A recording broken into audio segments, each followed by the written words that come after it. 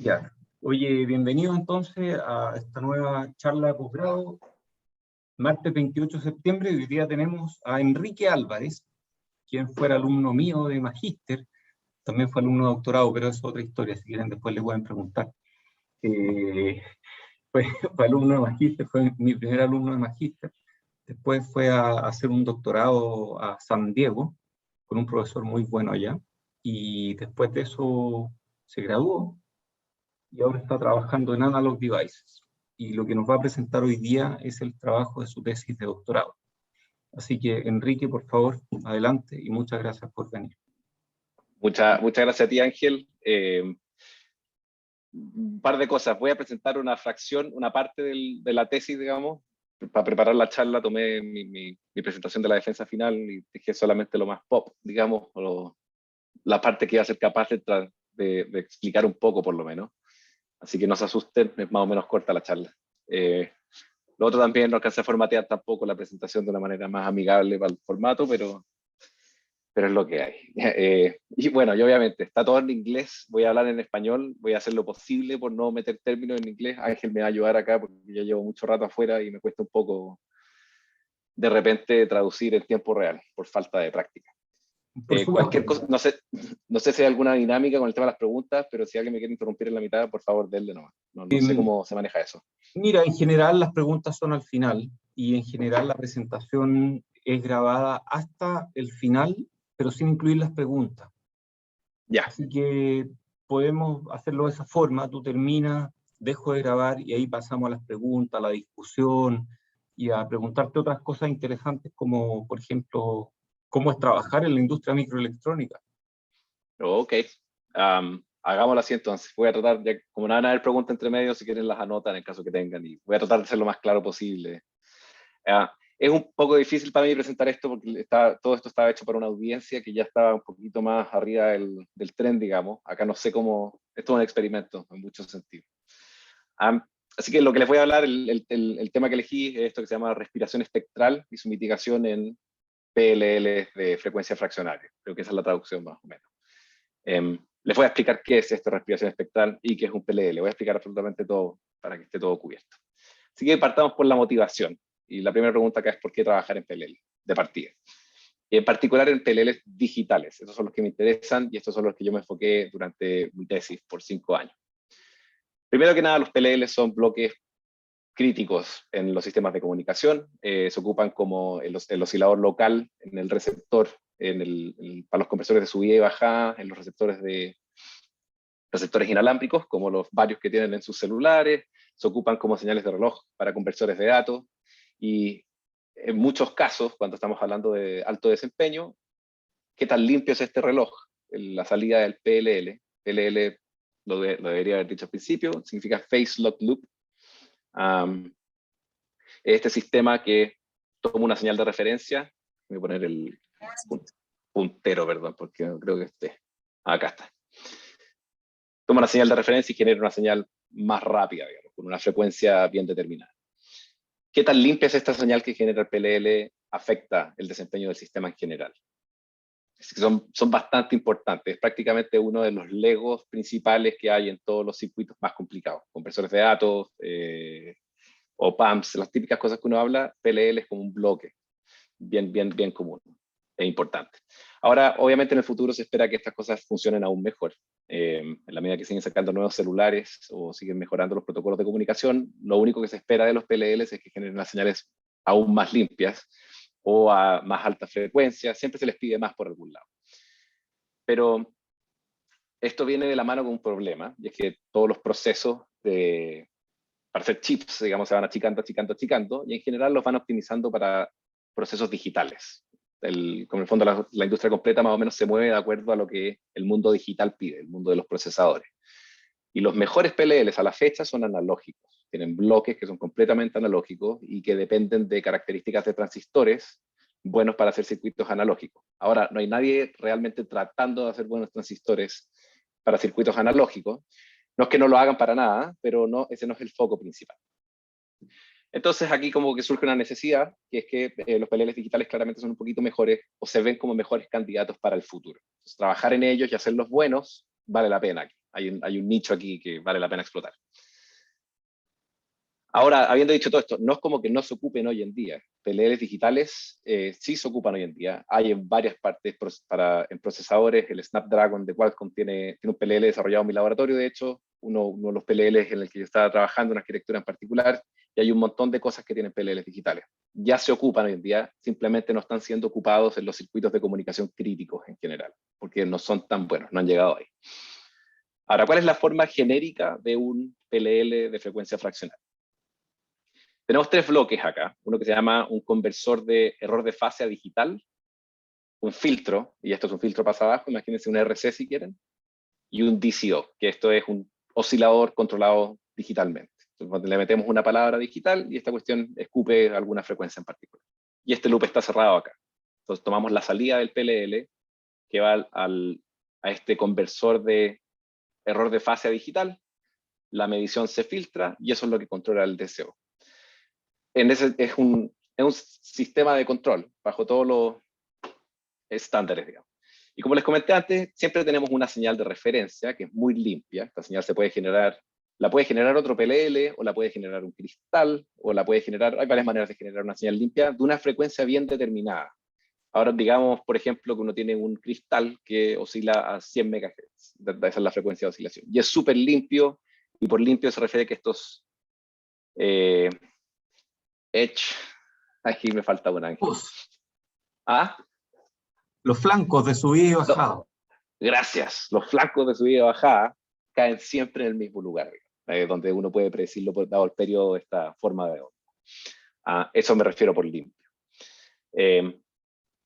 Entonces, lo que hace el PLL, o esta parte, este conversor de error de fase a digital, es que compara la salida del PLL con esta señal de referencia de alguna manera, y de alguna manera toma una estimación del ruido que hay. Y en base a esa medición de ruido, ajusta la frecuencia del DCO, cosa de disminuir. Como eso ya es con cualquier sistema de control estándar. Y para ser más precisos, si miramos a la salida acá es una forma de onda cuadrada que tiene cierta frecuencia, FPLL, y tiene este componente rojo, le llamamos teta PLL, y este es el error de fase. Esto es lo que nosotros queremos hacer cero idealmente. Y este conversor de error de fase digital precisamente mide este error de fase y con esa medición controla el deseo. Ahora, no solamente mide el error de fase, obviamente hay más cosas pasando.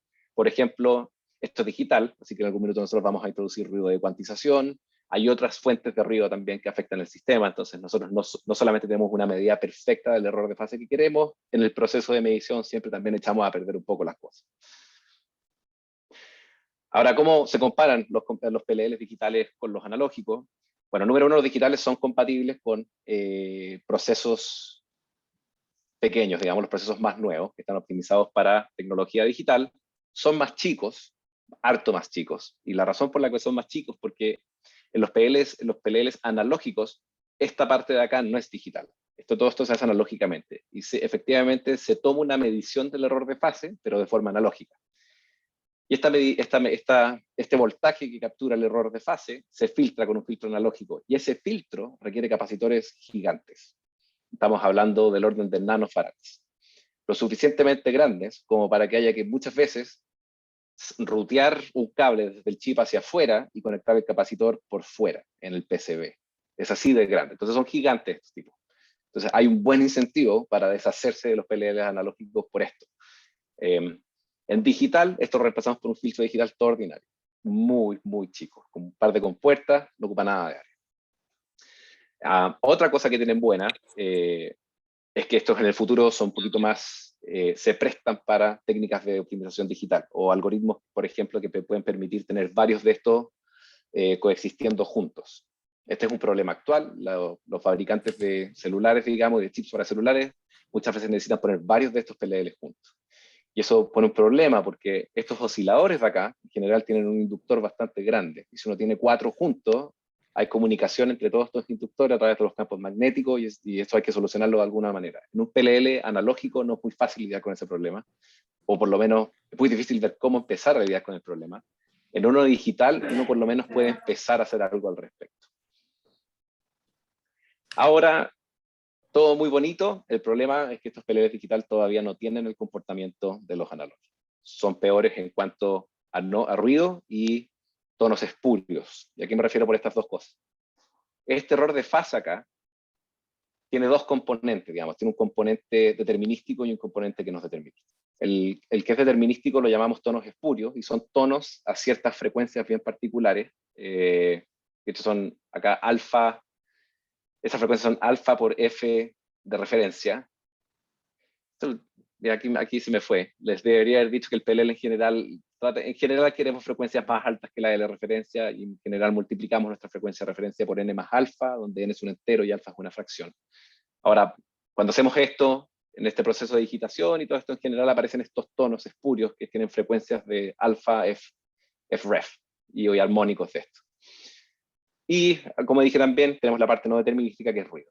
Ahora, estas dos cosas son peores en PLLs digitales, comparados a analógicos. Así que todavía hay cosas que hacer para que los PLLs digitales sean buenos candidatos para, por ejemplo, sus celulares.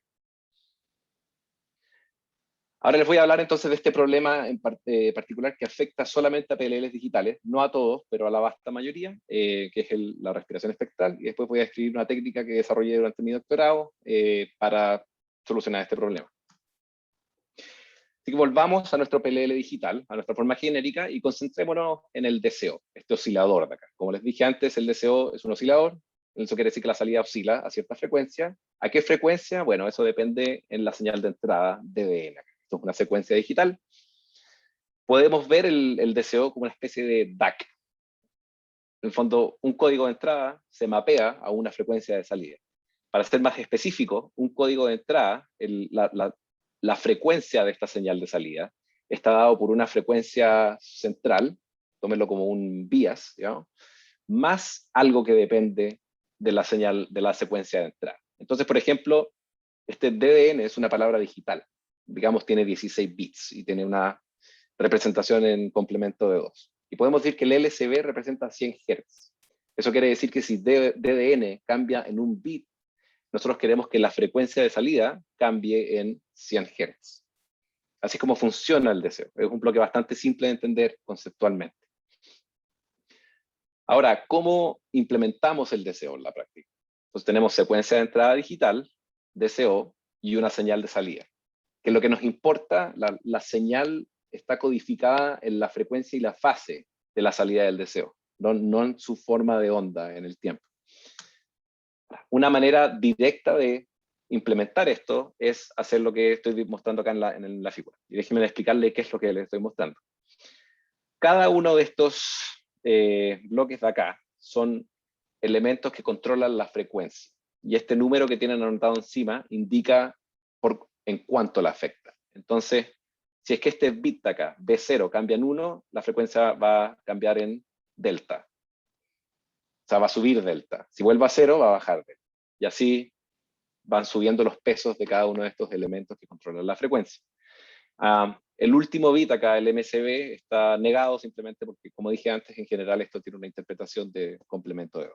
Es simplemente eso. Entonces acá estamos simplemente transformando esta palabra digital en una frecuencia. Y digo frecuencia porque en realidad acá lo que estamos haciendo es conectar y desconectar capacitores. Hay varias maneras de hacer esto. Nosotros simplemente podremos conectar un capacitor, desconectar un capacitor, y eso va efectivamente a afectar la frecuencia de resonancia de este tanque que está acá, que tiene inductor y capacitor. Si cambiamos el capacitor, cambiamos la frecuencia de resonancia. No me voy a meter en los detalles del DCO del circuito mismo, la verdad es que no son relevantes para esto. Lo único que tienen que saber es que esta cuestión resuena a cierta frecuencia, lo que significa que la señal se mueve a cierta frecuencia que está dada por el L y por el C, de este inductor, de estos dos inductores acá y este capacitor, más la contribución capacitiva de este banco de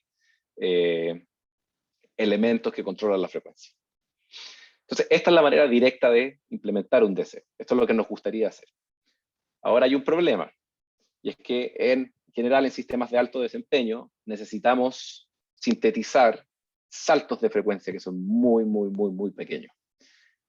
Suficientemente pequeños como para que no sea posible implementar en la práctica un circuito con capacitores que al pegarle con un switch el cambio sea tan chico como necesitamos. Así que hay que hacer algo al respecto. No podemos sintetizar esta parte de acá. No podemos llegar tan abajo a valores tan chicos. Lo que se hace en la práctica, y esta es una solución adoptada prácticamente por no voy a decir todos, pero por la vasta mayoría de la gente que diseña PLLs digitales, en la academia de todas maneras, también en la industria, es que dividen el banco de FCs en un banco entero que se llama y un banco fraccional. Les voy a explicar la idea. Acá el banco entero sigue funcionando igual que antes. Tomamos en este caso, 8 MCBs y esos controlan directamente distintos elementos que controlan la frecuencia, que tienen los respectivos pesos. Ahora, como no podemos hacer lo mismo con los LCBs, porque representan cambios de frecuencia que son muy chicos, lo que hacemos es que remuestreamos la parte fraccional de la entrada a una frecuencia más alta y la pasamos por un modulador delta sigma de segundo orden. Y con eso controlamos FCs que son tan grandes como esto, pero en promedio contribuyen lo que nosotros queremos. Probablemente esto no tuvo casi nada de sentido para nadie, a menos que alguien haya tomado el curso de conversores de Ángel, así que lo voy a decir de una manera mucho más, voy a tratar de decirlo en español nomás. La idea es que nosotros queremos decirle al DCO que ponga la frecuencia en 0,1 y no somos capaces de construir un elemento que cambie la frecuencia en 0,1. Entonces lo que hacemos en vez es que tenemos un elemento que cambia la frecuencia en 1, pero bien rápido tiramos un 1 y 9 ceros, un 1 y 9 ceros. Y lo hacemos muy rápido. Entonces, para todos los efectos prácticos, el DCO no se da cuenta que le estamos mandando 1 y 0, y solamente es capaz de capturar el promedio de esto, que es 0,1. Así que ahí tenemos, y con eso logramos setear la frecuencia en lo que queremos. Ahora esto viene con un costo, que es que tenemos que introducir ruido de cuantización. En el fondo, no es lo mismo aplicar 0,1 10 veces que aplicar 1, 0, 0, 0, 0, 0, 0. No es lo mismo, estamos introduciendo algo acá. Ahora, ese ruido le podemos dar formas espectrales que nosotros queramos y podemos filtrarlo fácilmente. Así que en general, en la práctica, esto no es un problema muy grande. Y esta solución que les estoy mostrando es prácticamente el estándar. Espero que esa última explicación haya hecho algo de sentido. ¿Cuáles son los beneficios entonces de esta solución media estándar? Bueno, número uno, el DCO, en cuando uno convierte de frecuencia a fase, hay como una operación de filtrado natural, porque requiere una integración, y eso nos hace un poquito insensibles al error de cuantización que introduce la rama fraccional. Así que eso es bueno. Otra cosa buena es que la mayoría de la lógica acá está cloqueada a la frecuencia lenta, a la frecuencia de la secuencia DDN. Es solamente esta parte chica de acá que uno tiene que sobrecloquear, digamos. Ahora, esto tiene un problema, que es respiración espectral. Y este es un problema del que prácticamente nadie habla. Y veamos de dónde sale y veamos qué es respiración espectral. En la práctica, estos elementos para controlar la frecuencia no son ideales. Nada en la vida lo es. Idealmente nos gustaría que al cambiar el bit de entrada de uno de estos elementos, la frecuencia cambie idealmente entre dos valores, como lo indica la curva azul. Pero en la práctica tenemos la curva roja. Y acá hay dos fenómenos pasando. Número uno, tenemos una diferencia estática. Esto es lo que llamamos errores estáticos. No llegamos a donde queremos en ninguna dirección. Y también pasa algo en la transición. Las transiciones no son instantáneas. No vamos de 0 a 1 y de 1 a 0 instantáneamente. Esta cosa se puede mover de una manera media extraña. Así que en la práctica no vamos a lograr una curva lineal. Si queremos graficar DDN y la frecuencia del DCO, no vamos a tener una línea. Eso no lo vamos a lograr. Vamos a tener una cosa más o menos fea, no lineal entre medio. Esta no linealidad es la que causa la respiración espectral, como les voy a explicar después. Pero antes de ir para allá, el problema es un poco más, no quiero decir severo, pero por lo menos teóricamente más severo. Incluso si fuésemos capaces de tener un banco entero, el integer FCE bank, que sea lineal, y un banco fraccional que sea lineal, eso no es suficiente para garantizar que la frecuencia del DCO sea una función lineal de la entrada. Y acá les estoy dando un ejemplo súper simple donde este es lineal con ganancia 1 y este es lineal con ganancia 9. Si miramos la frecuencia del DCO, nos queda este componente de acá, que es una función no lineal de la entrada. Entonces lo que en realidad nos gustaría hacer es linealizar todo. Déjenme volver un poco. No solamente nos interesa linealizar este banco y linealizar este banco, nos interesa también linealizar absolutamente todo. Hay 3 fuentes de no linealidad acá. Ahora, ¿por qué esta linealidad nos importa? Y acá hay 2 preguntas que uno se puede hacer. Estoy hablando de no linealidades nomás, pero sin embargo le puse un nombre bien extraño, que es respiración espectral. ¿De dónde viene todo esto? Bueno, la verdad es que cuando los PLLs están bloqueados, que quiere decir como el loop ya convergió a su valor final, ya está como, digamos, en un estado más o menos estable, la entrada del DCO es constante más o menos, no se mueve mucho. Es solamente cuando uno prende el PLL que todo se adapta y el sistema sigue la frecuencia que tiene que seguir y eventualmente llega a su estado final y se mantiene ahí. Así que es bastante constante de DDN, la entrada del DCO. Entonces uno podría pensar, oye, si la entrada es constante, ¿qué me importa a mí que estos bloques no sean no lineales? Entonces, la verdad es que si tenemos un bloque no lineal y le metemos una constante a la entrada, no nos importa mucho, la verdad. La salida vamos a tener otra constante nomás, pero no vamos a tener armónicos, no van a aparecer las cosas raras que aparecen en general cuando ejercitamos no linealidades con señales un poco más movidas. Y ahí cada uno podría razonar, ¿sabéis que cuando esto, una vez que el loop del PLL ha convergido, esta señal es constante, este banco está prácticamente quieto, no se mueve. Lo único que se mueve es la parte fraccional. Bueno, la parte fraccional es una parte chica de la entrada, no me debería importar mucho. Así que si yo miro el espectro del error de fase, y eso es lo que les estoy ilustrando acá, es el espectro, la PSD del error de fase. Y para que esto no sea oscuro, imagínense ustedes tienen una señal ideal y después ustedes tienen su señal con error de fase. Comparen dónde caen los flancos de cada una, tomen esa cantidad, ese error, y eso es lo que le estamos calculando la PSD acá. Entonces, en esta situación, vamos a tener una PSD que se ve como nosotros esperamos. Va a tener alguna forma, y eso va a ser todo. Pero espérate, digamos, DN efectivamente es medio constante, pero eso no es toda la historia. En realidad, DN podría ser constante, pero podría ser constante justo al lado del borde donde la parte entera cambia. En el fondo, que la parte más chica de DN se mueva no significa que la parte entera no se vaya a mover. Depende de dónde esto pare. Así que podríamos estar justo parados en lo que se llama un integer boundary. Tiramos un borde entero. Pésima traducción, pero yo creo que se entiende. Y si estamos ahí, entonces DIDN sí se va a mover. Y además, aunque DN caiga más o menos constante lejos de alguno de estas condiciones de borde que acabo de mencionar, ruido de baja frecuencia, por ejemplo, va a hacer que la frecuencia central del DCO se mueva sobre el tiempo. Las cosas varían lentamente sobre el tiempo, así que eventualmente vamos a caer en estos puntos que no nos gustan. Esto es inevitable. Entonces, lo que va a pasar en la práctica es que si nosotros dejamos esto correr por suficiente tiempo y lo miramos, el espectro no va a ser esa línea azul que estábamos esperando, sino que de repente se va a empezar a contraer y a expandir en una forma que parece como si estuviera respirando. Es bastante errático, esto no siempre se ve, hay que esperar algunas veces no hay que esperar nada, es súper errático cuando pasa y cuando no. En la vasta mayoría de los papers que tienen este sistema implementado, cuando sacan las fotos del espectro medido, esperan a que la parte entera no se esté moviendo. Esto no es algo que hagan necesariamente de forma consciente, pero esperan a que esté quieto y cuando está quieto le sacan la foto. Y dicen, oye, este es el desempeño que nosotros alcanzamos. Pero si lo dejan correr por un rato, esto es lo que en realidad va a pasar. Y esto es respiración espectral. Entonces, es un efecto que se da producto de una no linealidad que es ejercitada de forma errática. En fin, ese es como el origen de esto. Así que veamos cuál es la solución que les voy a describir. Primero les voy a dar a grandes rasgos voy a escribir la solución que tiene dos componentes y después voy a profundizar en estos dos componentes.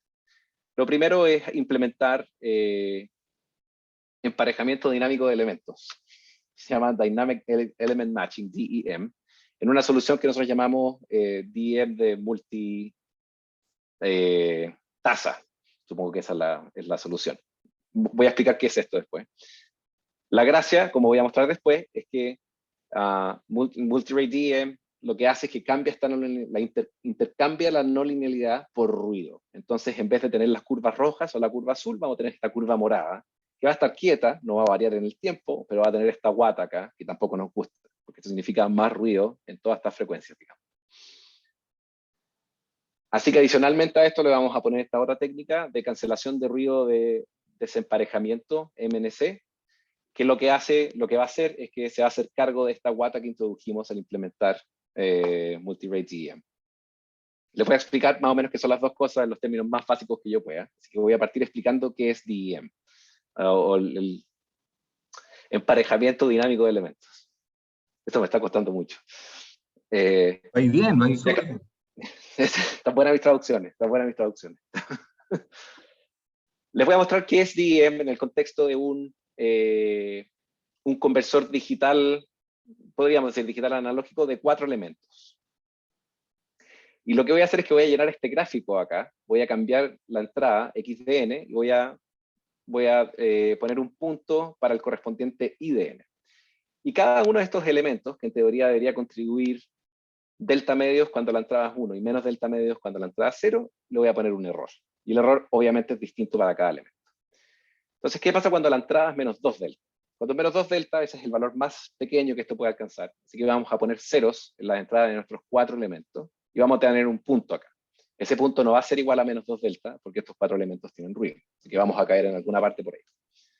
Ahora, ¿qué pasa cuando la entrada es menos delta? Vamos a ponerle un 1 a uno de nuestros elementos. Y vamos a caer, digamos, acá. Justo elegí el elemento que no tiene ruido prácticamente. De hecho, no, eso no es 100% verdad. Caímos acá de coincidencia. Pero el principio de M es que, en realidad tenemos 4 opciones acá. No tenemos por qué casarnos con uno solo. Pudimos haber prendido cualquiera de estos 4. Pudimos haber prendido el segundo, pudimos haber prendido el tercero, o pudimos haber prendido el cuarto. Da exactamente lo mismo cuál prendemos. En teoría deberíamos alcanzar, tener el mismo valor a la salida. Y el mismo principio aplica cuando la entrada es 0. En la entrada 0 tenemos que prender 2 de estos elementos. Ahora, ¿cuáles 2? Bueno, tenemos opciones. Y así podemos seguir llenando esta tabla. Y para cada valor de entrada, podemos ocupar todas las combinaciones posibles. Entonces, ¿qué es lo que hace DM? A la hora de tener una entrada, DM elige de manera aleatoria qué combinación de salida va a ocupar. Y está probado matemáticamente que si este proceso de randomización se hace correctamente, la salida IDN va a ser una función lineal de XDN, en promedio, más ruido. Y esto se puede probar matemáticamente y en el sentido apropiado de la palabra. No una aproximación, digamos. Así es. Y la otra gracia que tiene, perdón, es que este ruido que uno introduce con DM, estamos intercambiando no linealidad por linealidad más ruido. Y este ruido depende de un montón de secuencias digitales que están generadas acá adentro. Y todas las conocemos. Y eso es fantástico. Cuando uno, tener ruido que uno sabe, tener ruido que depende de secuencias que uno generó es lo mejor que hay, porque ahí uno puede hacer lo que quiera con ese ruido después. Hay maneras de cancelarlo. Esto te abre un paraguas de posibilidades para deshacerte de este ruido si es que te molesta. Entonces la idea de multi-rate DEM es ocupar el principio de DM para linealizar este banco, el banco entero, el banco fraccional, y también el punto donde se dividen estos dos bancos, porque como dije antes, estos 3 puntos generan no linealidad de alguna manera. Y eso se hace con esto. Por supuesto, no me interesa que entiendan los detalles, ese no es el punto acá, solamente voy a enfatizar los puntos relevantes acá. Ahora nuestro control del DCO tiene un decodificador de M que es súper parecido a los convencionales, digamos, que tiene unas salidas que van directamente a los FCs de acá, y tiene otra salida que pasa por un camino que es súper similar al camino de la solución estándar. Tiene una salida que uno sobremuestra una frecuencia más rápida, recuantiza con un modulador delta sigma, y con eso uno controla otro demodulador de M, y eso va a un banco fraccional. La gracia, el único punto que hay que llevarse de acá es que, número 1, ahora la frecuencia del deseo es una función lineal de DDN, y eso es el problema que queríamos solucionar. Ahora ya no tenemos la no linealidad, por lo tanto ya no tenemos respiración espectral. Y otro punto a favor de esto es que todavía es el caso que la mayor parte de la lógica está cloqueada con el reloj lento, y solamente una fracción pequeña de la lógica está cloqueada con el reloj rápido. O sea, mantuvimos ese beneficio de la solución estándar. Ya casi que no me interesa que vean los detalles. Acá les estoy mostrando qué hay adentro de estos decodificadores, de los decodificadores de M, y el único punto que quiero que miren es, está lleno de bloques que están conectados en cierta manera, pero si se fijan bien, cada uno de estos bloques son un par de compuertas nomás. Son bastante simples. Entonces estamos introduciendo un montón de lógica digital, pero en realidad lógica digital que es súper, súper simple. No estamos haciendo nada muy sofisticado, no necesitamos un procesador para hacer esto. Así que bueno, como dijimos, una vez que implementamos este multi-rate DEM en nuestro DCO, transformamos nuestra no linealidad en ruido. Ahora, como dije yo, ese ruido depende de secuencias que generamos nosotros, y en particular lo que nos gusta hacer es hacer que el espectro de estas secuencias tenga una forma high pass de... ¿Cuánto? Pasa alto, gracias. De orden Pasa inoficial. alto. Sí, eso quería decir. Sí. Queremos darle una forma pasa alto al espectro. En general es mejor porque así lo podemos filtrar más fácil. Pero el problema es que, como estas secuencias están bloqueadas a la frecuencia con el reloj lento dentro del PLL, el peak de este espectro aparece en un lugar que nos molesta un poco. Aparece en la mitad del espectro del error de fase. Entonces, no podemos simplemente confiar en que el DCO lo va a filtrar. Tenemos que hacer algo más. Como les dije antes, todo ese error, que acá hay unas ecuaciones horribles, lo único que me importa aquí que vean es que aparecen estos SDKR. ¿Qué son estos? Bueno, son unas secuencias que generé yo mismo en la parte digital. Y si conozco las secuencias, aunque no tengo idea cuál es el factor que las multiplica, bueno, como que podríamos inyectar otra secuencia que tiene la misma forma, que depende de las mismas secuencias SDKR, y de alguna manera yo voy a estimar el coeficiente que le corresponde a cada término. Y si es que la achunto al coeficiente, voy a ser capaz de cancelar todos estos dos componentes de ruido. Entonces, a fin de cuentas, con estas dos técnicas implementadas, pasamos de un DCO no lineal a uno lineal que ni siquiera tiene ruido. Y ahí ya ahí alcanzamos lo que queríamos. ¿Cómo es que encontramos estos coeficientes que son desconocidos? Porque en realidad esto depende de cuál es el desemparejamiento de los capacitores dentro de los FCs y cosas así. Bueno, para esto implementamos un loop tipo LMS. Y la idea aquí es que les puedo explicar, de hecho yo creo que voy para allá. Déjenme explicarle acá. La idea acá es que el error que introducimos al implementar multi-rate DEM aparece en la salida del PLL, en el error de fase. Ahora, tenemos un PLL conectado acá, y PDN es una medida del error de fase. Así que tenemos acceso a este error de fase directamente. Así que lo que podemos hacer es mirar PDN y extraer de PDN el componente que depende de cada una de las secuencias que nosotros inyectamos. ¿Cómo? Con todos estos detalles no se ve muy claro, pero la idea aquí es que estamos de alguna manera correlacionando PDN con las distintas secuencias que están todas descorrelacionadas, y de esa manera nosotros podemos extraer el coeficiente que le corresponda a cada secuencia. Y una vez que hacemos eso, podemos reconstruir esta señal de acá, que llamé EMNCP, que va a tener la misma forma y los mismos valores o los valores necesarios para cancelar la contribución de multi-rate DEM. Esa es la idea de fondo. De nuevo, por favor, no pesquen mucho los detalles. En realidad esto es más como de... Bueno, no importa, no tengo para qué decir porque estaba ahí inicialmente. Les voy a tratar de explicar gráficamente qué es lo que está haciendo esto. Yo creo que esto es mejor. Imagínense que teníamos esta situación inicialmente. No teníamos una entrada al DCO con DDN. Idealmente nos hubiera gustado tener esta frecuencia del DCO. Y este es el reloj que está cloqueando DDN. Ahora, si nosotros habilitamos multi-rate DEM, esto es lo que nos da en realidad. No vamos a tener la curva azul, vamos a tener una curva morada que va a estar corrida. Y fíjense en esto. En estos dos tramos, la DDN es constante. Sin embargo, tenemos distintas frecuencias. ¿Por qué es esto? Porque tenemos DEM. Y DEM lo que está haciendo es que para la misma entrada está eligiendo una combinación distinta de elementos que controlan la frecuencia. Dependiendo de la combinación, bueno, vamos a obtener distintos valores de frecuencia. Esto es producto de DEM. Y esto se ve en el espectro como esta guata que está acá, como este ruido adicional en esta frecuencia. Ahora, la idea de MNC es que nosotros vamos a preparar esta secuencia de acá. Y fíjense que esta frecuencia de acá, fijémonos primero en la parte estática. Teníamos esta diferencia acá, nosotros vamos a calibrarla de alguna manera, cosa que esta diferencia sea exactamente la misma. Entonces, a la hora de sumarlas, vamos a volver al valor ideal. Y en los transientes, no tenemos cómo aplicar estos transientes con precisión analógica infinita, entonces lo que hacemos es que aplicamos un pulso que es levemente distinto, pero cosa que el transiente en promedio se hace, o sea, es como la idea. Entonces pasamos de la curva morada a esta curva amarilla que sigue mucho mejor el ideal, que es la curva azul. Por supuesto, todavía tiene problemas, eso todavía es el caso, pero bueno, dependiendo de las condiciones, los parámetros y otras cosas, ese error residual puede ser lo suficientemente chico como para que nosotros no lo veamos.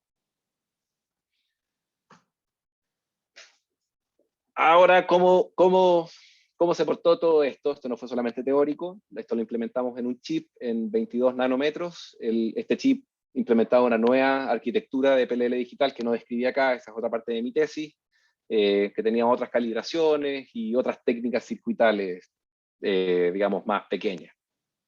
Para que se hagan una idea de los portes, este es el DCO. Toda la parte digital, si no tuviese mis técnicas, sería solamente este cuadradito de acá, con mis técnicas creció al doble. Pero si lo comparan con el DCO, todavía estamos bien. Es todavía más chico que el inductor principal del DCO. Y hay otros bloques más que son parte de la arquitectura. Acá tienen para que se hagan una idea de cómo se veía el espectro del error de fase. Esto es simplemente así como lo vendemos, digamos. Este es el mejor espectro que le podemos sacar a este PLL. Y el valor RMS del jitter, del ruido de fase, eran 150 femtosegundos. ¿Cómo uno obtiene el mejor espectro? Uno lo hace empujando la parte determinística del error de fase fuera de la banda de integración. ¿Se acuerdan que les dije que el error de fase tenía una parte determinística y una parte de ruido? Bueno, la parte determinística uno la empuja para afuera, quedémonos con el ruido nomás y eso es lo mejor que uno puede hacer. Y si tiramos toda esa parte determinística dentro de la banda de integración, acá pueden ver estos tonos, ahí nos daba 270 femtosegundos de RMS. Estos números son buenos, ahora la gente alcanza mejores números hoy en día. Hay PLLs que están llegando a los 80, 70 femtosegundos. Hay otras arquitecturas que hacen esto. Sin embargo, en ese sentido diría, esto no es el estado del arte precisamente, pero era el estado del arte yo creo que hace unos 3 años. Ahora veamos cómo funcionan las técnicas, que eso es lo que me importa más. Aquí les estoy mostrando en la esquina superior izquierda un espectro cuando la parte entera de la entrada del deseo es constante. Y este es el espectro que todos reportan. De hecho, este espectro que yo les estoy mostrando acá fue sacado de la misma manera. En el fondo conectamos el PLL, esperamos a que el espectro se dejara mover y sacamos una foto. Después, si dejábamos prendido el PLL por 2 horas y dejábamos la persistencia de la pantalla prendida, esto es lo que pasa. Como pueden ver, el espectro en verdad se empezó a mover harto, se contrajo, se expandió, y hay variaciones de 11 decibeles. Y 11 decibeles es una variación brutal, eso es mucho. Esto en el transcurso de 2 horas. Ahora, no es necesario esperar 2 horas. Esto muchas veces pasaba en un par de segundos. Simplemente lo hicimos en 2 horas para tener un buen... Tampoco diría que hay figuras más bonitas, pero fue en 2 horas, en algún minuto elegí 2 horas y me tiré con 2 horas. En esta figura de acá, les muestro lo mismo que les mostré en la figura B, pero acá están habilitados tanto Multirate DEM y MNC. Los dos están habilitados. También corriendo por 2 horas. Como pueden ver, el espectro ya no baila de la misma manera de antes. Acá teníamos variación de 11 decibeles, acá ya prácticamente no varía, y acá hay una variación menor a baja frecuencia. Ahora, parte de esta variación también tiene que ver con el ruido del algoritmo que ocupa el analizador de espectro para calcular la PSD. Cada vez que ustedes calculan una FFT, una PSD en baja frecuencia, la cuestión nunca es muy confiable. Y acá hay un cuarto gráfico que es interesante en cuanto a, en términos más prácticos, qué es lo que pasa es que uno habilita Multirate DEM, uno habilita MNC, cosa de que los coeficientes converjan a lo que tienen que converger, y después uno congela los coeficientes y apaga Multirate DEM. Y lo que tenemos es parecido a cuando está todo prendido, pero hay unas variaciones pequeñas acá, 1 decibel acá y acá creciendo un poco más. ¿Por qué esto es interesante? Porque esta es como la alternativa de bajo costo en términos de potencia. Acá todos están dando al principio, después uno la apaga y uno se olvida del tema. Ahora si me concentro un poco en cuál es les mostré cómo funcionan todas las técnicas juntas, acá cómo funciona cada técnica por separado prácticamente. Este es el espectro, acá en el fondo pueden ver el espectro ideal, y acá pueden ver el espectro solamente con Multirate DEM habilitado. Y acá está la guata que les mostré antes. Acá también indico cuánto cambia el jitter de 176 femtosegundos a 190. Ahora, jitter no es necesariamente la medida que más nos importa, va a depender mucho de la aplicación. En muchos casos nos importa lo que se llama el spot phase noise, que es el valor de esta curva a cierta frecuencia. La figura B es cuando habilito la mitad de la técnica de MNC, que es la que cancela los errores estáticos, y en la figura D cuando están las dos mitades habilitadas. Como pueden ver acá, incluso cuando MNC está habilitado completamente, hay una diferencia pequeña, y esto tiene que ver con este error residual que mencioné antes, que en realidad nosotros no podemos cancelar. Ahora, esta diferencia es súper chica. En la práctica no es muy relevante. Y acá estoy reportando los consumos de potencia, pero me los voy a saltar por ahora. Repetimos el mismo ejercicio, pero ahora estas secuencias que se generan dentro del decodificador de M, en vez de tener forma espectral de pasalto, las hicimos blancas. ¿Por qué nos interesaba este caso? Porque cuando son blancas, la circuitería que se necesita para eso es más barata. Pero se puede ver que tiene multirate tiene un efecto mucho peor en el espectro. El espectro se hace pedazos prácticamente. Sin embargo, cuando habilitamos MNC, volvemos a lo mismo que estábamos antes. Las cosas se ponen mucho mejor y tenemos el mismo nivel de desempeño que antes, y al mismo tiempo ahorramos en potencia. Con eso doy por concluida la charla. Espero que no haya sido demasiado rebuscada, digamos, en cuanto a tópicos. Ojalá que haya sido claro. Por favor, háganme todas las preguntas que quieran. Muchas gracias, Enrique. Voy a dejar de grabar ahora.